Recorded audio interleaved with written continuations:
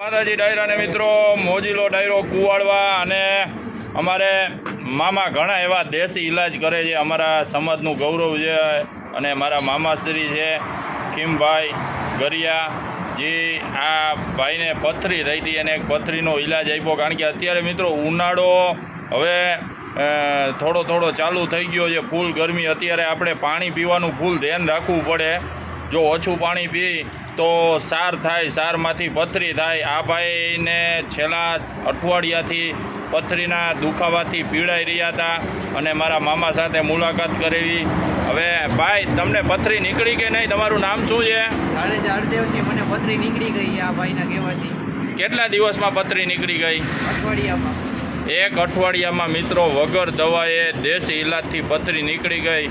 હવે એ આપણને મામા સમજાવશે.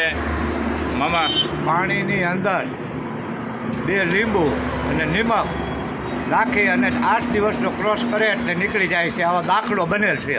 દેશી દવા. દેશી દવા છે મિત્રો.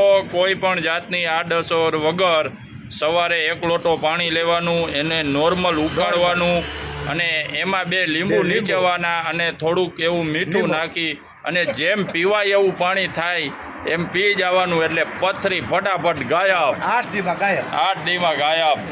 જય માતાજી.